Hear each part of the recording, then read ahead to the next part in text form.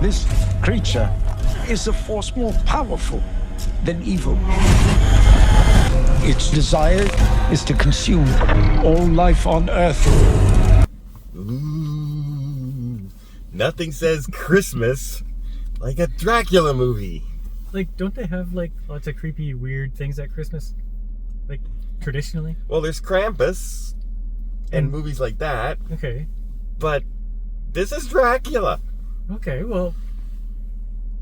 I don't know. Dracula. Nosferatu. Based on the Bram Stoker stuff. Yep. Yes, it was. Okay, so I remember, I think I was in grade 6 or something when I got exposed to the original black and white Nosferatu movie, the Dracula movie. And, okay, whatever. This wasn't a black and white movie, but it was a black and white movie. Pretty much. Yeah. Very little color. A blue dress, once in a while. Red blood. Mm-hmm. And tan. Tan cloak. And, yeah, so what we got here is a real estate guy has to go on a trip to Transylvania, and when he's there, he encounters the Count. Like, way back in the day. Castles and Yeah. wooden ships. And Yeah, this is the 1800s. Yeah. And apparently, a connection was made between this guy's fiance and the Count. ages ago, when she was very young. Yeah, and he wants to rekindle that romance. This was basically a love story between Yes. Count Dracula and this woman. And so he travels all the way to Germany, the Count, to get his love back. But you know, things happen. Things happen. Very slowly, by the way. Things happen very, very slowly. Now, I kept on thinking all the way through this movie how creepy this would have been in the 1920s. Because it was filmed like an old black and white horror Dracula film. Mm-hmm. It doesn't have the same effect nowadays. Well, no, like, this was not a scary film. At all. But it had a lot of mood. Oh, it was all mood. It was all mood. It was all mood and all setting. And it was all filmed for trick photography, like, you know, close-up walking with the shadows in the background, and suddenly there's wolves chasing a horse cart along the road that the wolves never showed up before, but suddenly there's wolves. Like, weird things like that. Like, it's all visual. Yes. No story. Well, Like, what are you talking about? Like, not a lot of... Like, it was a one-trick pony story.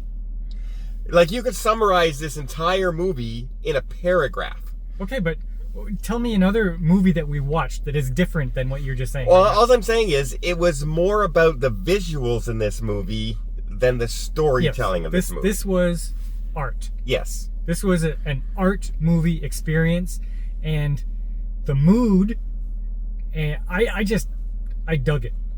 See, you might have dug it. I was bored all the way through it. Oh. Now here, I'll be fair. I'm not feeling the best.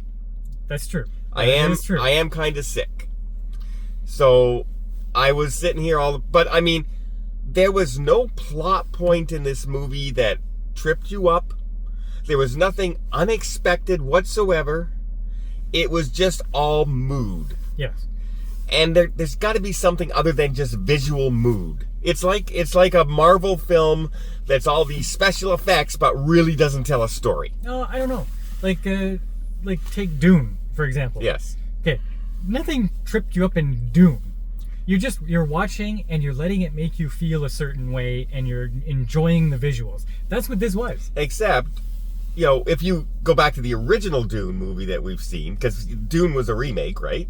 Mm-hmm. Like the new, but it had plot twists. It had character-driven. Okay, but we're not talking about Sting. We're talking about the cinematic experience that we watched in the last couple of years. Okay, but there was plot points. There was intrigue. There was political turmoil. There were witches. There were all kinds of things. In this... But nobody is celebrating those movies. They're celebrating the recent Dune. Okay, but it's the same story. It's the same story, but there was no twists and turns and story things that trip you up. No, it was just the cinematic experience. I disagree with that. Compared to this movie, there was literally nothing in this movie that was a surprise. No. At all. No, it's just you're just munching on what the director is giving you, and it's like all sound and visual and how it's making you feel and the goodness of the acting. It's just. See, I was going. Well, first of all, William Dafoe is in this, and William Dafoe playing this character of a Swedish scientist is William Dafoe playing the character of a Swedish scientist. Right? But I still liked it. But it's William Dafoe, and you can see it's William Dafoe. And like it kind of drew me out a little bit of the movie once I saw him in that role, especially the way they introduced him. It's like, leave me, blah blah blah. Oh, how you doing? How's it going? He was a little bit. He was a crazy scientist. Yeah. And like they even tell you how the movie's going to end, and then they have a 25-minute ending. But he reads the part in the story in this book he finds that's exactly the ending, and then we watch the ending that they just read. Well, this was basically a movie version of a poem or a sonnet or something like that. It's gonna take this long, and it's gonna make you feel a certain way, and you're gonna enjoy it. It's not going to be like, oh, I wonder what's gonna happen next. Oh, it definitely wasn't. I wonder what's gonna happen next. No. But let me tell you, if you're going to go to the movies and you want to feel upbeat and enjoy yourself and say, oh, hi, and walk out, okay, that was fun. Okay, this isn't the movie. No, this is the movie if you want to go see a cinematic experience. Or a moody art film. Yes. But, when you say moody art film, that gives me a bad vibe. I don't like moody art films because they usually suck. But this one I thought was pretty good. Well, visually it was okay and everything. I appreciated the style that he was going to and everything like that, but like I could have took it or leave it. But again, I'm not feeling the best. And that might contribute to my feelings of this movie. And I thought we were going to see Mufasa. So this was completely different than what I was expecting. Now the reason I chose not to go see Mufasa is because Mark thought it was so and the music sucked. So, do I want to take a chance with that, or did I want to see this Nosferatu, which I heard was a pretty good show? Are you disappointed? Now, is it Nicholas Hoult? Is that the guy who is the main star? So Nicholas Hoult, William Dafoe, and unfortunately I don't know the female lead role. Blah Depp. Johnny Depp? Somebody Depp. Okay. I think related, because she does look like him. Maybe. We won't cast aspersions there in any way, but or start rumors. But yeah, you have to be in the mood for this kind of film. You really do. This isn't a lighthearted film. It's a very dum music. Like there's no like lightheartedness hardly at all in this movie. No, there's none. No, except when they're not trying to be. Like when he gets attacked by Nosferatu the first time, and I went, what's happening now? Because it looked really terrible. It looked like we were watching a different type of movie that you would see in an adult cinema at one point. Like really awkward. There's lots of innuendo. Yeah. And in one part, this wasn't innuendo. This just was out and out looking like bad porn.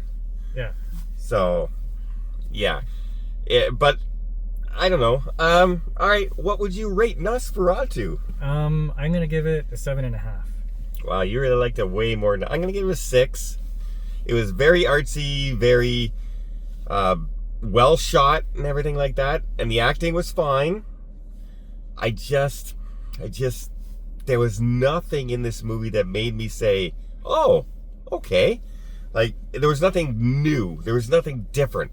It was just, here's a dramatic film. And it reminded me so much of a classic 1920 horror movie in black and white that might have been really scary back then. It's not scary now. No, but I don't think it meant to be scary. It's meant to be a retelling of the Dracula story. It is. It tried to be a little bit of a gross out in certain parts too. Like the visuals with the rats and the plague and all this kind of stuff and the children. So there is stuff like that. But, again, not feeling well. But I gave it a 6. Will I watch it next week on Netflix when it comes out? Probably not. Probably not. Next week. But, hey, if you want something completely different than the Christmas movies that are on right now, and the happy, fun movies that are out there, Nosferatu might be for you. All right, Mark, for Critical Mass, I got you a Christmas present. Let's open it up. Ooh. So excited.